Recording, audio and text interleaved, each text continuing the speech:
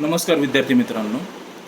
आज या व्हिडिओच्या माध्यमातून मी आपणास MPSC कडून घेण्यात येणाऱ्या विक्रीकर निरीक्षक या पदावरती निवड झाल्यानंतर नेमकी प्रक्रिया कशी असते आणि विक्रीकर निरीक्षक या पदाच्या जबाबदाऱ्या, कामाचं स्वरूप किंवा त्याचं एकंदर व्यवस्थेतलं महत्त्व काय आहे, याबद्दल बोलण्यासाठी आपल्यासमोर हजर झालो आहे.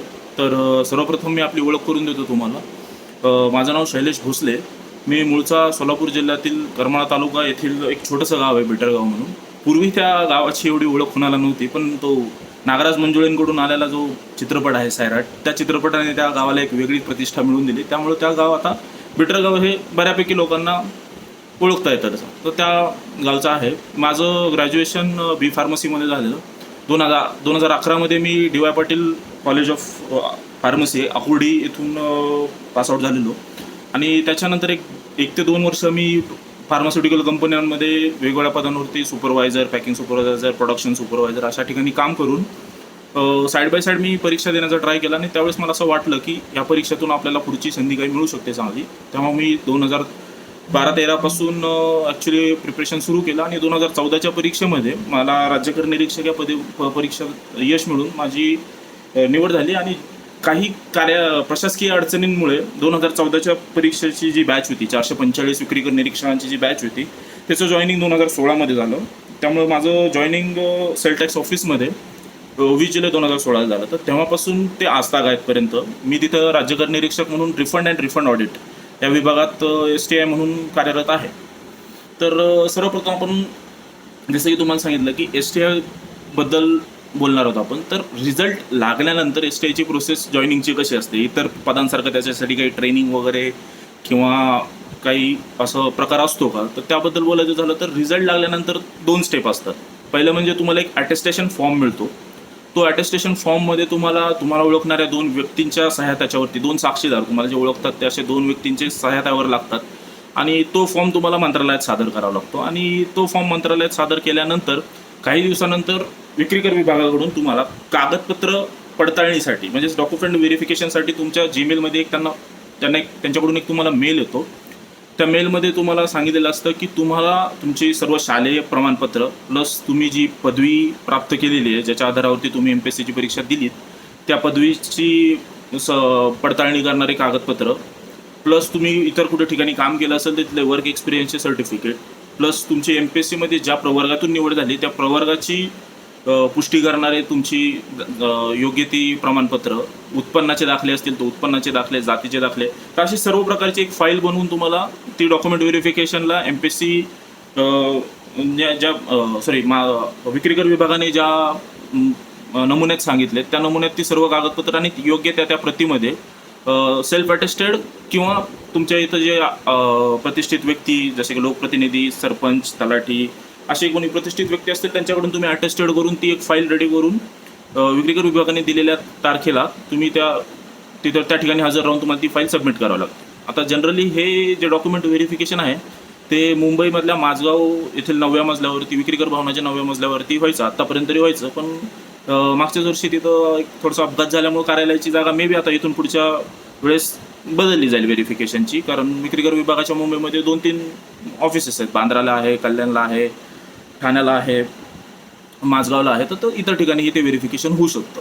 तर हे झालं तुमचं डॉक्युमेंट व्हेरिफिकेशन. आता हे डॉक्युमेंट व्हेरिफिकेशन आणि तुमचं ॲक्च्युअल जॉईनिंग एकदम असं त्यातली टाईम लॅप्स किती ह्याबद्दल आपण बोलूयात. तर तुमचं डॉक्युमेंट व्हेरिफिकेशन जनरली तुमचा रिझल्ट लागल्यानंतर 2 ते 3 महिन्यानंतर येतं. म्हणजे माझ्या बाबतीत बोलायचं झालं तर माझा रिझल्ट मार्चमध्ये लागला होता आणि एप्रिल-मेच्या दरम्यान एप्रिल-मे-जून गेल्यानंतर डॉक्युमेंट व्हेरिफिकेशन वगैरे आमचं झालं. आणि त्याच्यानंतर 1 ते 2 महिन्यामध्ये तुमची फायनल ऑर्डर येते. आता ती फायनल ऑर्डर जी असते ती तुमची जिल्हा मुख्यालयाच्या ठिकाणची असते. आता कित्येक राज्यकर निरीक्षकांना प्रश्न, असं नवीन नियुक्त झाल्या राज्यकर निरीक्षकांना प्रश्न पडतो की पोस्टिंग STIची कशी होते. तर STIच्या पोस्टिंगच्या बाबतीत कसं आहे, 80 to 90% बॅच असते. 90% ऑफ द बॅच म्हणजे पूर्ण बॅचच्या जवळपास 90% जे लोक राहतात त्यांना मुख्यालय म्हणजे राज्य मुख्यालय जे आपलं आहे मुंबई, इथंच पोस्टिंग दिलं जातं. उर्वरित 10 ते 5% लोकांना त्यांचे जर जेन्युइन कॉजेस असतील किंवा त्यांच्या जिल्ह्याच्या ठिकाणी खरंच आवश्यकता असेल तर त्यानुसार त्यांच्या जिल्ह्याच्या ठिकाणी पोस्टिंग मिळते. तुम्ही डॉक्युमेंट व्हेरिफिकेशन करण्यासाठी तुमच्या वतीने एक अर्ज सादर करू शकता, तुमची कारणं नमूद करणारा, की तुम्हाला तुमच्या जिल्ह्याच्या ठिकाणीच नियुक्ती का हवी.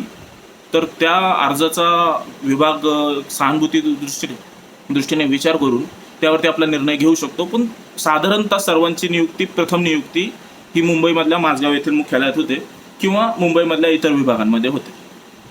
तर नियुक्ती झाल्यानंतर प्रश्न उरतो की ट्रेनिंगचा, की जर तुम्ही कॉमर्स म्हणजेच वाणिज्य शाखेचे पदवीधर नसाल तर ह्या विभागात काम करणं तुम्हाला कसं फेस करता येईल. म्हणजे तो एक समज असतो की सेल टॅक्स म्हणजे टॅक्सच्या रिलेटेड काम म्हणजे वाणिज्य शाखेचं ज्ञान असणं आवश्यक आहे, किंवा टॅक्सिंगच्या रिलेटेड ज्या सर्व कन्सेप्ट असतात त्या माहीत असणं आवश्यक आहे.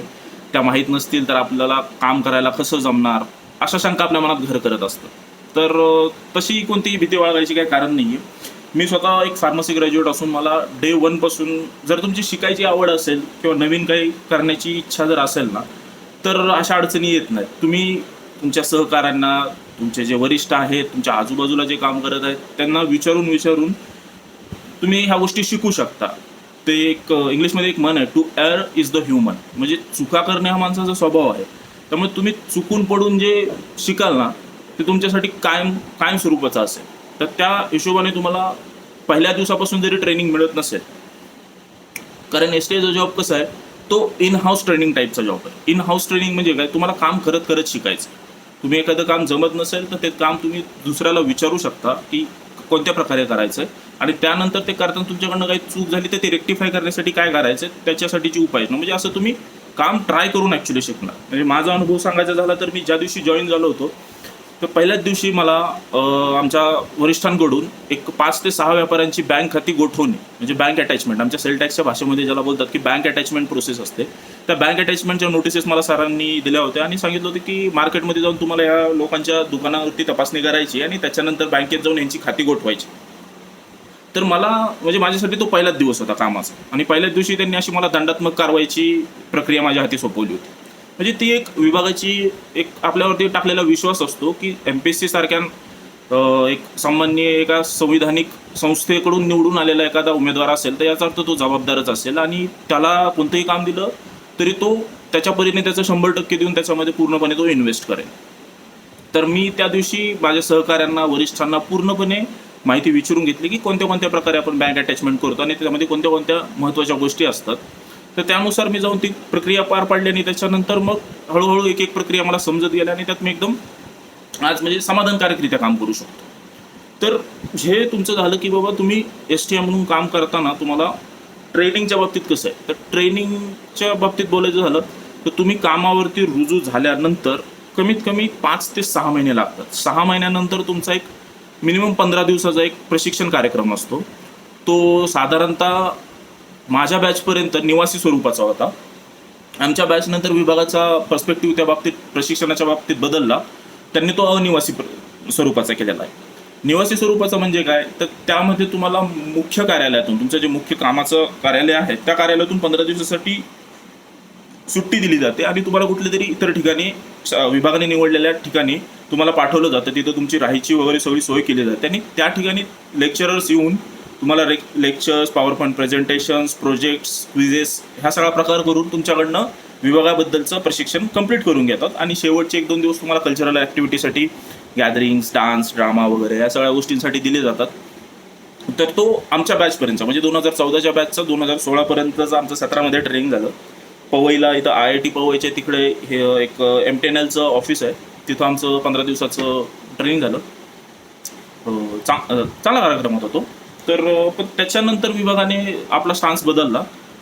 त्यांनी अनिवासी प्रकारचं आता ट्रेनिंग सुरू केलेलं आहे. अनिवासी म्हणजे जसं या व्हिडिओच्या सुरुवातीला मी बोललो, इन हाऊस प्रकारचं म्हणजे अर्धा दिवस तुम्ही काम कराल आणि दिवसातून एक 2 ते 3 तास तुम्हाला विभागाचाच एक प्रशिक्षण हॉल असेल, तिकडे तुम्हाला बोलवलं जाईल आणि तुम्ही तिथं जाऊन तुमचे लेक्चर्स अटेंड करू शकता आणि त्याच काळात तुम्ही तुमच्या नोट्स वगैरे बनवून तुमच्या अभ्यासासाठी त्या वापरू शकता.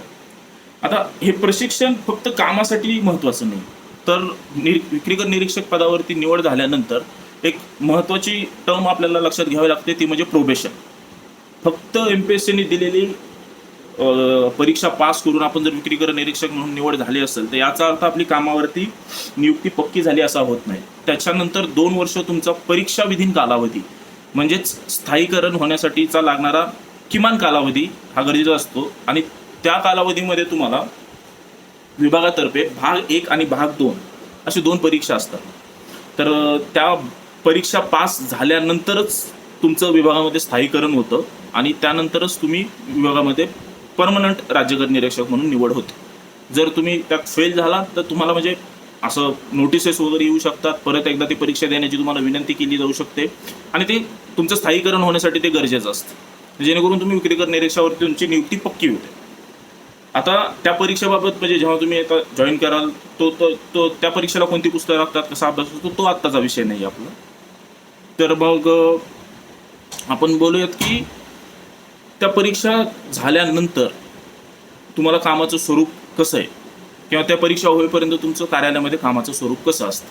तर सगळ्यात पहिल्यांदा आपल्याला समजून घ्यायचं आहे की STI हा पदाचं महत्त्व काय. तर माझ्या मते STI या पदाचं महत्त्व तो सरकार, व्यापारी आणि जनता यांच्यामध्ये एक मध्यस्थ म्हणून, एक सर्वांना जोडणारा, सर्व नेटवर्कला जोडणारा एक मध्यस्थ म्हणून काम करतो.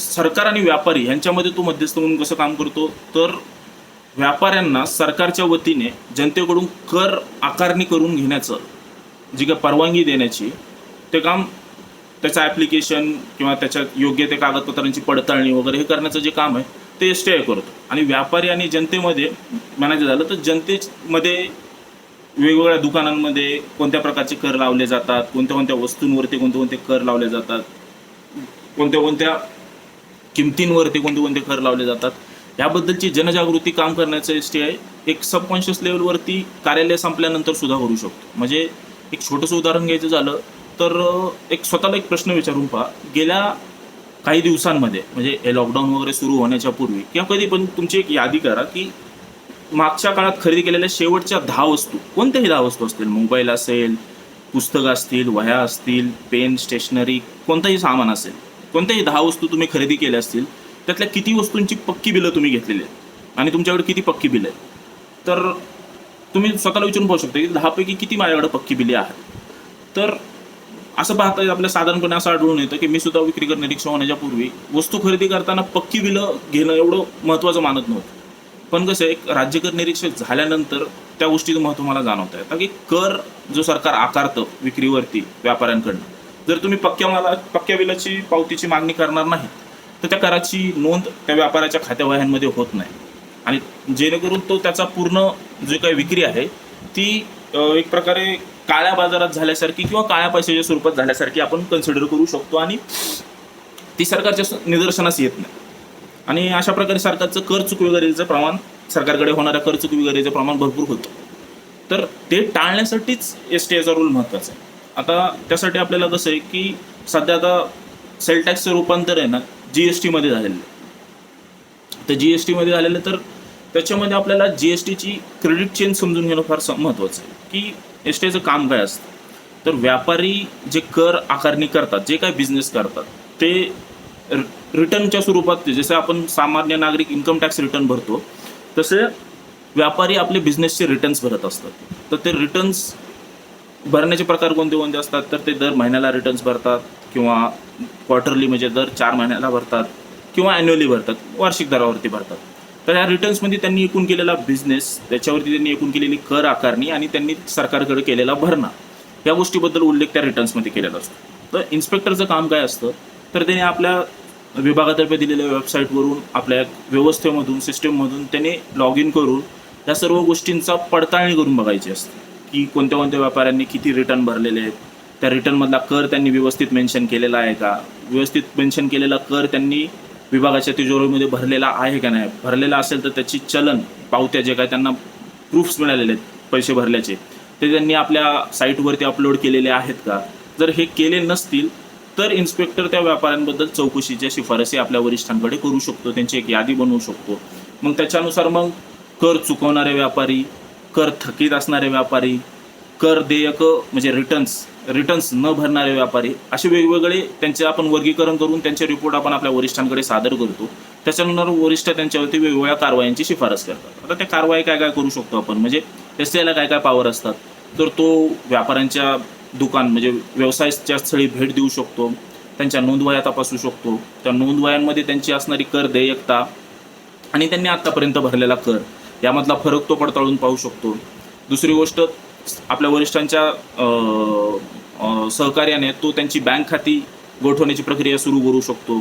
जर तरीसुद्धा त्यांच्याकडून कर भरणा होत नसेल तर त्यांची व्यवसाय स्थळं सील करून त्यांच्या तिथल्या मालमत्तेचं लिलाव करण्याची ताकदसुद्धा STI आपल्या पदाच्या अधिकारात ठेवतो. म्हणजे आपल्या वरिष्ठांच्या सहमतीने, वरिष्ठांच्या सहकार्यानेच तो या सर्व गोष्टी सुरू करू शकतो. तर ह्या सगळ्या गोष्टींमध्ये GST इन्स्पेक्टर म्हणून किंवा सेल टॅक्स इन्स्पेक्टर म्हणून काम करताना आपल्याला जो आपला इंटरमिजिएटरी रोल आहे तो कसा उपयोगाचा आहे हे तुम्हाला एका छोट्या उदाहरणातून सांगतो. की एक क्रेडिट चेन म्हणून नावाचा प्रकार असतो GSTमध्ये. त्याच्यामध्ये कसं राहतं की एक ABCD अशा 4 व्यक्ती असं समजूयात आपण, की A हा उत्पादक आहे, B हा घाऊक विक्रेता आहे, C हा किरकोळ विक्रेता आहे आणि D हा फायनल ग्राहक आहे.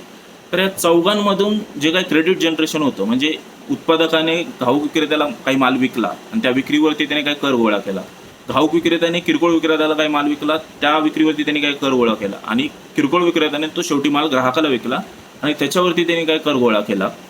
तर ह्या सर्वांमध्ये जे काय क्रेडिट तयार होतं, प्रत्येक व्यक्तीने आपल्याकडून खरेदी केलेल्या व्यक्तीकडे जो कर भरला आहे त्या कराची वैधानिकता तपासण्याचं काम STIचं असतं.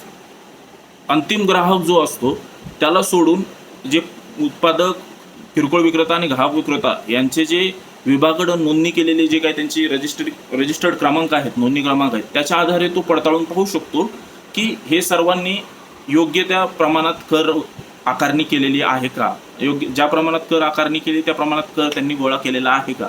जर तो तसा केलेला नसेल तर त्यांच्यावरती कारवाईची शिफारस करू शकतो. आता STI म्हणून काम करताना तुम्हाला वेगवेगळ्या विभागात काम करावं लागतं. जसं की मी आता रिफंड ऑडिटमध्ये काम करत आहे. दुसरा विभाग असतो तुमचा इश्यू बेस ऑडिट असतो किंवा तुमचं लास्ट टॅक्स पेर युनिट असतं. आता ह्याच्यामध्ये काय होतं की व्यापाऱ्यासोबत तुमचं ॲक्च्युली काम काय होतं. आता रिफंड ऑडिटमध्ये कसं आम्ही व्यापाराच्या ॲसेसमेंट करतो म्हणजे काय, एका आर्थिक वर्षामध्ये व्यापाऱ्याने पूर्ण किती बिझनेस केला, म्हणजे त्याचं इनपुट टॅक्स आणि आउटपुट टॅक्स हे किती, ह्याचा आपण पडताळणी करून त्यांनी वस्तूंची खरेदी करताना किती कर गोळा केला, किती कर भरला आणि विक्री करताना किती कर गोळा केला, ह्या दोघांमधला फरक काढून जर त्याच्याकडे जास्त अमाऊंट शिल्लक राहत असेल तर तो सरकार त्याला रिफंड म्हणून आपण रिटर्न करतो. जसं की इन्कम टॅक्समध्ये आपण आपल्या इन्व्हेस्टमेंट पॉलिसी वगैरे सर्व दाखवून आपण रिटर्न करतो. तर त्या गोष्टी आपण व्यापाऱ्यांच्या बाबतीतही करतो. त्यांच्या बिझनेसची आपण असेसमेंट करतो, त्यांच्या सर्व इनपुट आणि आउटपुट टॅक्सची आपण पडताळणी करून शेवटी आपण त्यांना रिफंड क्रेडिट करतो. म्हणजे माझ्या विभागाचं हे काम.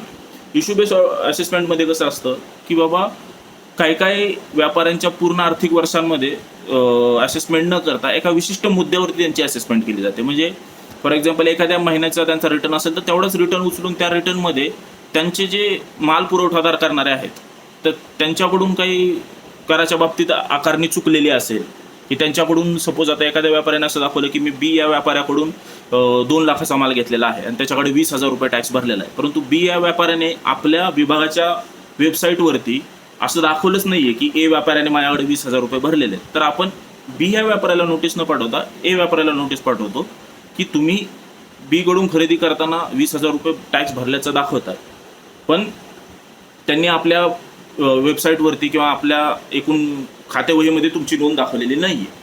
तर अशा प्रकारे आपण क्रेडिट चेनमध्ये कोणत्याही एका व्यक्तीला एकाच वेळेस पडताळणी करून कराची आकारणी योग्य स्वरूपात झाली आहे की नाही याबद्दल पडताळणी करू शकतो. तर इश्यू बेस असेसमेंटमध्ये असे करांमध्ये पडणारे विविध फरक किंवा बिगर नोंदणीत म्हणजे ज्यांची नोंद झालेली नाही अशा अनरजिस्टर्ड व्यापाऱ्यांसोबत केलेला व्यापार याबद्दलच्या विविध मुद्द्यांबद्दल आपण व्यापाऱ्यांना वेगवेगळ्या नोटिसेस पाठवतो आणि त्या नोटिसेसनुसार मग व्यापारी आपल्याला उत्तरं देतात. स्वतः व्यापारी देतात किंवा त्यांनी नेमलेले CA हे आपल्याला उत्तरं देतात. मग त्यानुसार आपण कार्यालयामध्ये STI त्याचं म्हणजे STIचं मोस्टली काम कसं आहे इन्व्हेस्टिगेटिव्ह स्वरूपाचं आहे, म्हणजे त्याला तपास लावायचा. की बिझनेसमध्ये नक्की फ्लॉज काय आहेत, टॅक्स कलेक्शनमध्ये नक्की फ्लॉज काय येत आहेत. तर अशा स्वरूपाचं त्याचं काम आहे. मी या पोर्टल अनअकॅडमी या पोर्टलतर्फे या व्हिडिओमध्ये STA साधारणतः कामाचं स्वरूप कसं असतं याबद्दल बोलण्यासाठी या व्हिडिओमध्ये आपल्यासमोर हजर झालो होतो. आनंद बिराजदार अनअकॅडमीचे जे स्टाफमध्ये एक आहेत, त्यांनी मला विनंती केली होती की या पोर्टलमध्ये STA कार्यालयातलं काम कसं असतं याबद्दल एक छोटासा व्हिडिओ आम्हाला बनवून पाठवावा. तर त्यानुसार हा व्हिडिओ मी बनवून त्यांना पाठवत आहे. तर या व्हिडिओमधून मला अशी आशा आहे की मी STA एक साधारण कामाचं स्वरूप कसं असतं याबद्दल बोललेलो आहे. जे जनरली तुम्हाला व्हिडिओमधून आढळतं की कोणती परीक्षा द्यायची, किती पुस्तकं लागतात, कोणती पुस्तकं लागतात, किती दिवस अभ्यास करावा, कसा अभ्यास करावा, तर त्या स्वरूपाचा हा व्हिडिओ नसून ॲक्च्युली STA ऑफिसमध्ये काम काय असतं, जॉईनिंग प्रोसेसला काय असतं, ऑफिसमध्ये तुमचं कसं स्वरूपाचं काम असतं आणि कोणत्या कोणत्या स्वरूपाचं काम असतं त्याबद्दल भाष्य करणारा एक व्हिडिओ बनवावा अशी मला अनअकॅडमीकडून विनंती आली होती. त्यानुसार आम्ही व्हिडिओ बनवला. तर आपण या व्हिडिओ पाहून आपल्याला जर काही अन्य मार्गदर्शन असेल तर तुम्ही अनअकॅडमीच्या स्टाफला कॉन्टॅक्ट करू शकता. धन्यवाद.